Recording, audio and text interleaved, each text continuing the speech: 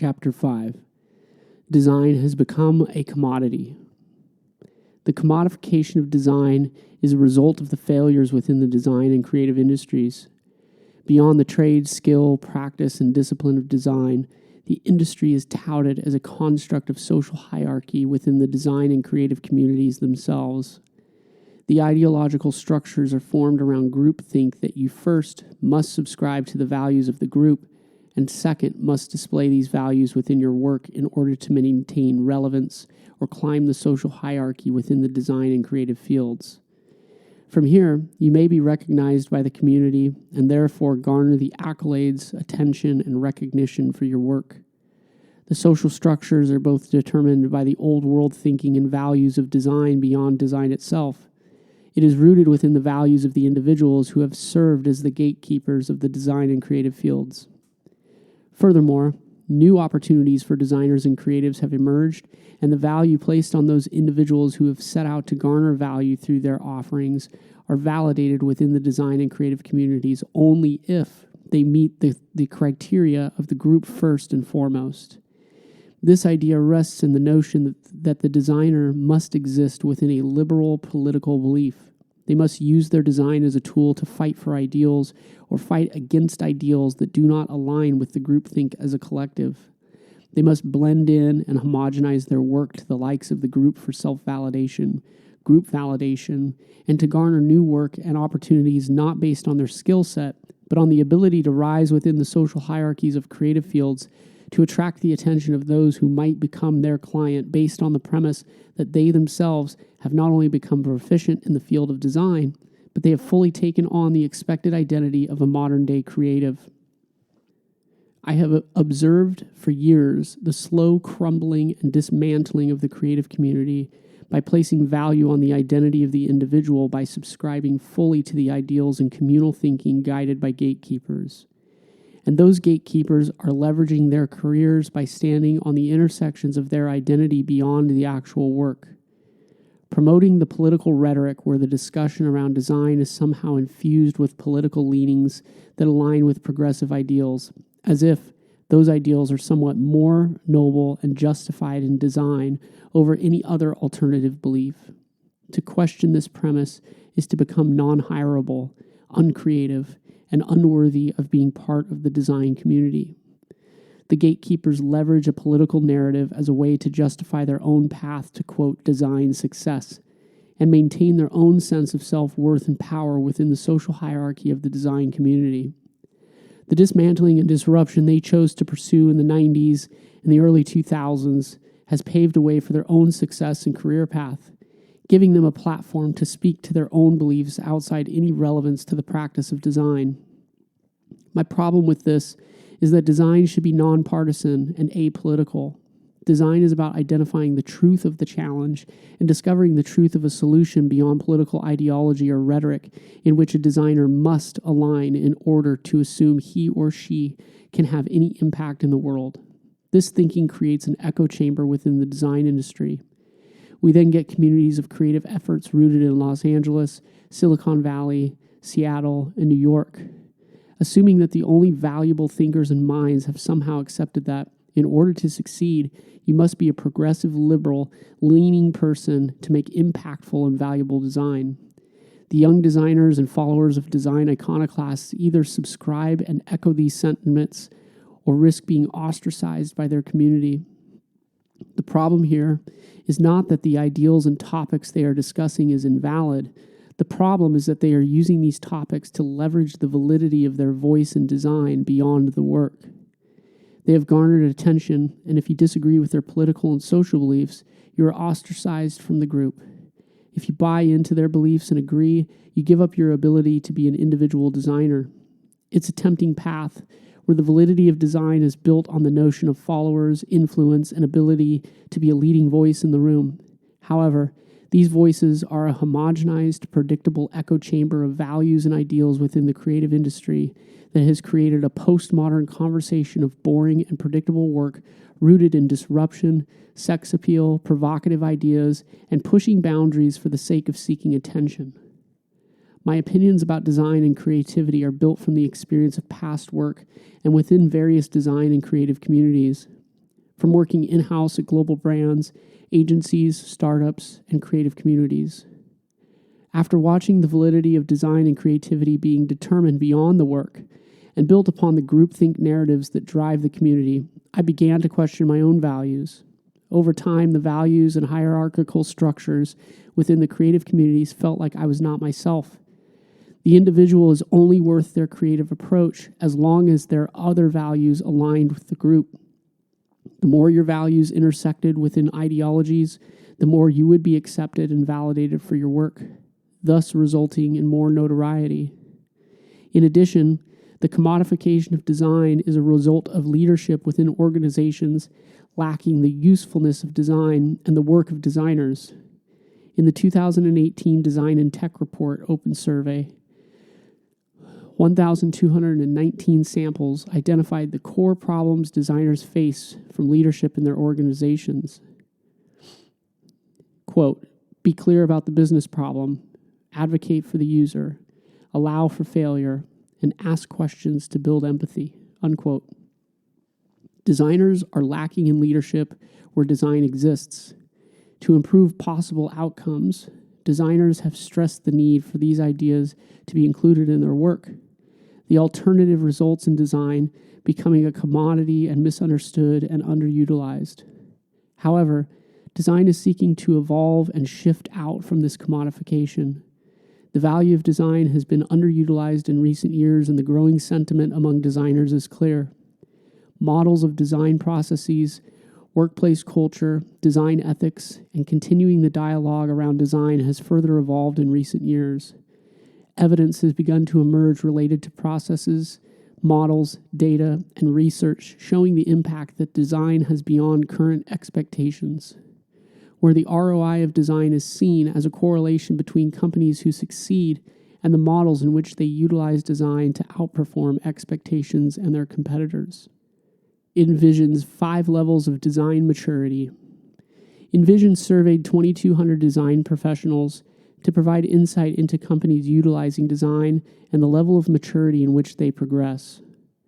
1. Producers at 41%. Design is what happens on the screen.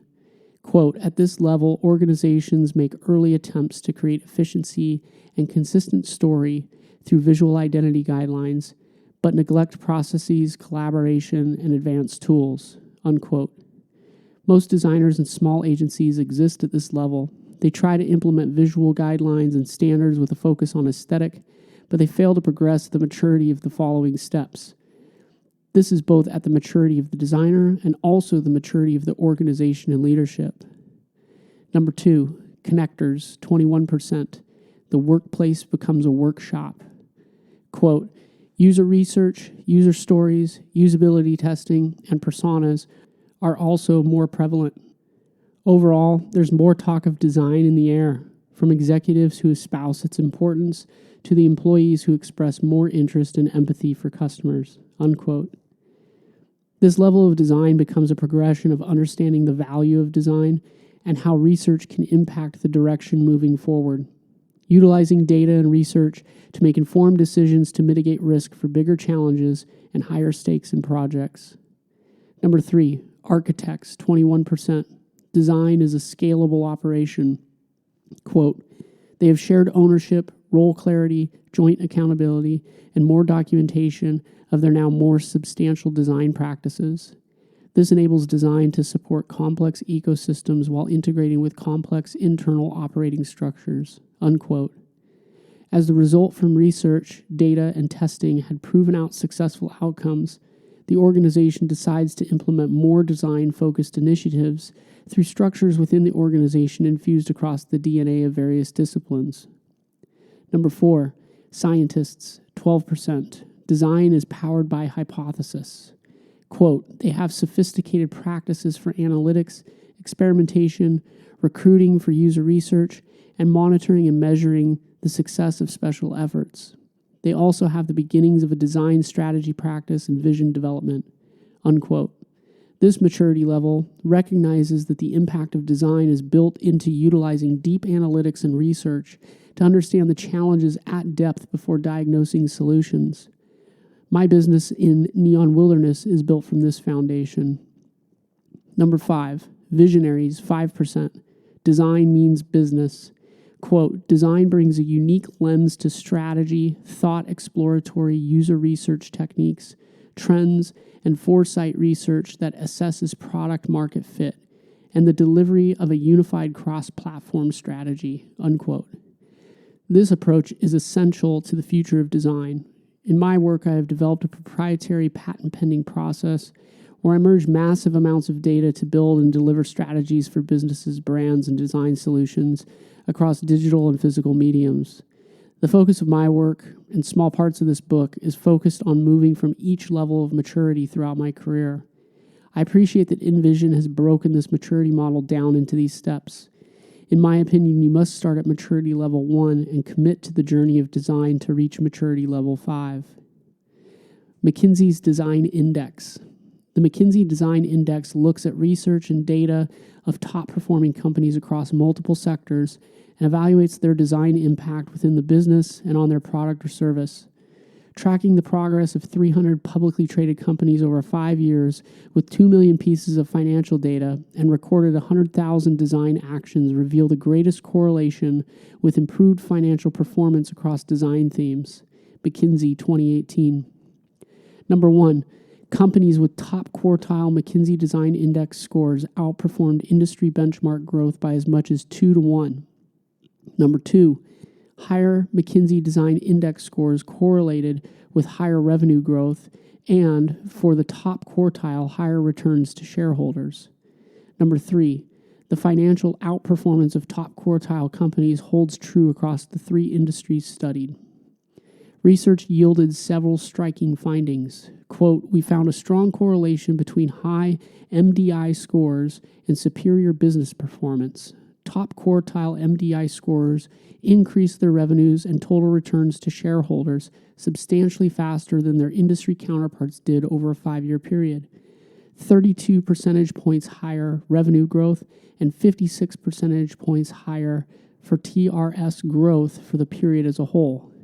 The results held true in all 3 of the industries we looked at: medical, technology, consumer goods, and retail banking. This suggests that good design matters whether your company focuses on physical goods, digital products, services, or some combination of these. McKinsey 2018. The value of design reflected across these top-performing companies is distilled down to 4 models: analytical leadership, cross-functional talent, continuous iteration, user experience. Quote, companies that tackle these 4 priorities boost their odds of becoming more creative organizations that consistently design great products and services. For companies that make it into the top quartile of MDI scores, the prizes are as rich as doubling their revenue growth and shareholder returns over those of their industry counterparts. Design and Tech Report. The past few years, John Maeda has put out a design and tech report focusing on the current trends within design and the predictions of where design is headed based on research, surveys, and analysis. Key takeaways from these reports are the following. There are 3 kinds of design: classical design, design thinking, and computational design.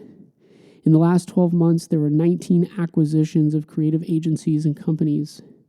The value of design is in relation to other parts of a company's operations.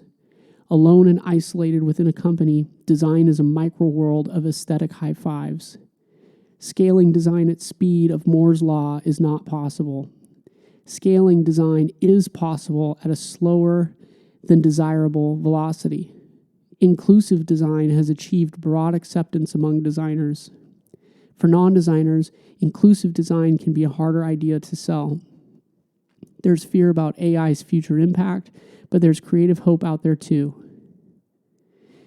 In 2019, Design Census shows results from a survey of 9,429 people that a majority of designers have 5 to 9 years of experience and work mostly in digital products, advertising, and marketing industries. Their income is between $50,000 and $79,000 per year. Most feel happy but not completely satisfied with their role. Assumptions made here is the role in which they work in the organization, their contribution to the strategic approach of their work, or the pay in which they make for the work.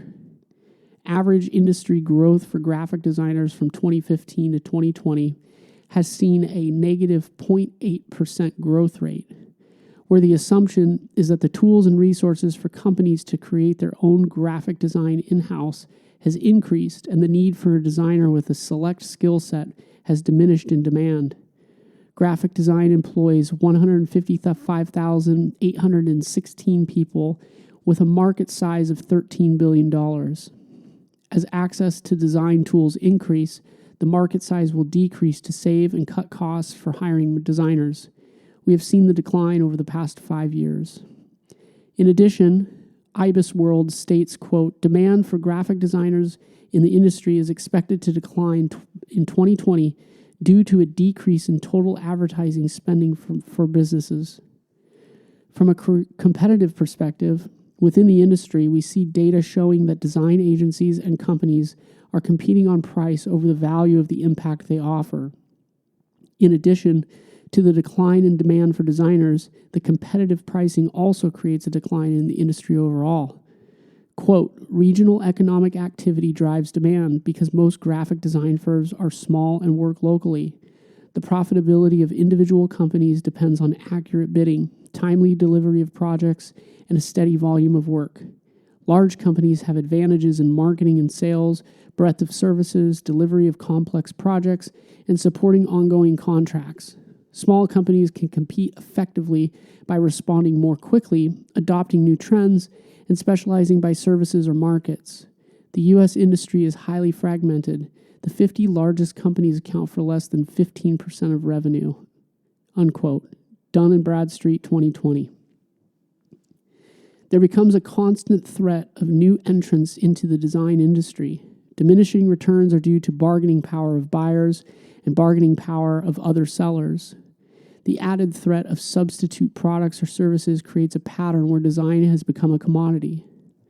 University of Salford, Manchester, UK, states the following in their Design 2020 report, quote, in line with the shift of the UK economy, there is a growing recognition that through the effective integration of design, linking creativity and innovation, and shaping ideas to become practical and attractive propositions for users or customers, companies are more likely to be innovative, become more competitive, increase their profits, and boost their performance. This is confirmed by research in which design is seen as a key driver of business growth and competitiveness. However, it is also recognized that many companies, especially UK-based SMEs, are missing the huge opportunity that design and creativity can offer, that SMEs typically lack aspiration, are unable to see the relevance of design, often lack the skills and don't know where to turn to engage with the design industry. It is apparent that UK industry as a whole has to find ways in which it could increasingly use design to add value to its products and services in order to differentiate them in highly competitive markets. These issues, rather than being less important in the current economic climate, are in fact more important. To operate in the future, our design knowledge and skills will be one of the means of moving out of recession. Unquote. The pattern for design has revealed that the classical and traditional designers are in less demand and therefore become more specialized as the growth of demand for technology and digital designers is still needed. However, as more access to tools, the decline of designers are needed, and substituted products and services are becoming automated and available, creates a threat for the future of digital design as much as it has had an impact on classical print design. Quote, the technology and interactive design industries are more common with people who have less than 10 years of experience, while people who have 20 or more years of experience are more likely to be in print and advertising industries. These patterns reveal how job opportunities in the tech sector are continuing to grow, while older industries like print are perhaps becoming more limited or specialized. So Limited 2017. Commodification of design has been happening and data supports this, and this commodification seems to contribute to a, quote, race to the bottom mentality that threatens the design industry as a whole because of the unfocused offerings the client wants to push onto consumers with new design products or services. Design becomes an order taker to stay in business, and the client is not tapping into the added value design can have beyond the output of work. Quote, "The challenge isn't new in our industry, and the solution seems so simple, and yet very few are leveraging it. As organizations look to innovate and renovate their brands or offerings, they continue to look within at what the company can make, what they have capacity for, or what a consumer has asked for. They may even look to the category, competition, or adjacent categories playing the, quote, Me Too game, creating products that lack a meaningful point of difference for consumers. Compounding the problem is the prevalence of designers seeking inspiration from the category, rather than watching people and behaviors and listening to the consumer aspiration, translating those insights into big ideas." Roberts M. RGD, 2017. The medium contributed to the message. The medium related to the industry and digital has changed. There is diminishing returns as a designer, and I am thinking about the next level of design. There is a pretense to design: a church, a road system, a theater, an orchestra house, the radio, TV, the escape. The phone and digital has become a portal to drive business, advertising, and constant selling. It used to be a place of curiosity and inspiration and experience or discovery. The journey of digital design has changed to a commoditized expense for driving business. But design is greater and has informed the progress of humanity in different forms. It has evolved during different time periods and revolutions, like the Industrial Revolution. Design today is the last stop for business to continue churning out, but the fulfillment in the work is not what drove designers to be stuck within their situation.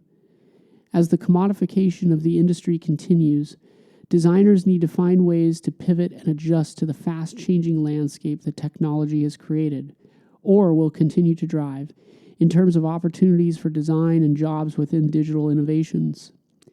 Design must find new ways to advocate for the value beyond the work, to encompass the strategy, process, and overall impact beyond the aesthetic of design. Quote, "In 1959, design was largely recognized as a noun synonymous with style. Post-war consumption and the growth of the American middle class fueled the notion that design stimulated repeat consumption and accompanied the peak of planned obsolescence. Today, design, increasingly understood as a verb, is core to the value proposition and often accompanies disruption. With our focus moving from designing artifacts and products to designing experiences, we have gone from designing how it looks to designing how it works." IIT Institute of Design 2020.